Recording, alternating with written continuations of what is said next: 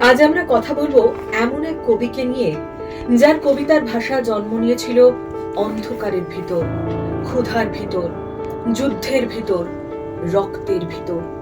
তার কবিতায় নেই বিলাসিতা, নেই রোমান্টিক। মহামানব, একবার এসো ফিরে, শুধু একবার চোখ মেলো এই গ্রাম নগরীর ভিড়ে।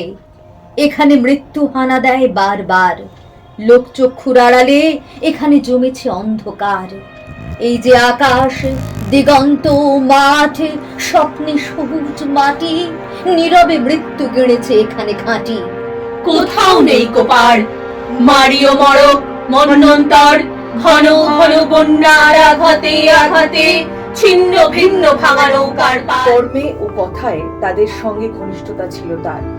মাটির রসে হৃদ্য পুষ্ট তার দেহ মন, মাটির বুক থেকে উঠে এসেছিল ঘর ঢাকা ভিটেতে জমেছে নির্জনতার কালো পাতায় আগুন। তুমি যে পেতেছো হাত, আজ মাথা ঠুকে বারে বারে অভিশাপ দাও যদি, বারংবার হবে তা নিষ্ফল। ছোট্ট দেশলাইয়ের কাঠি, এত নগণ্য হয়তো চোখেও পড়ি না, তবু যেন মুখে আমার উসকুস করছে বারুদ।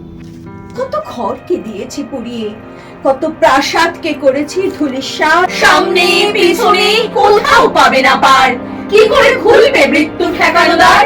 এই মুহূর্তে জবাব দেবে কি তার?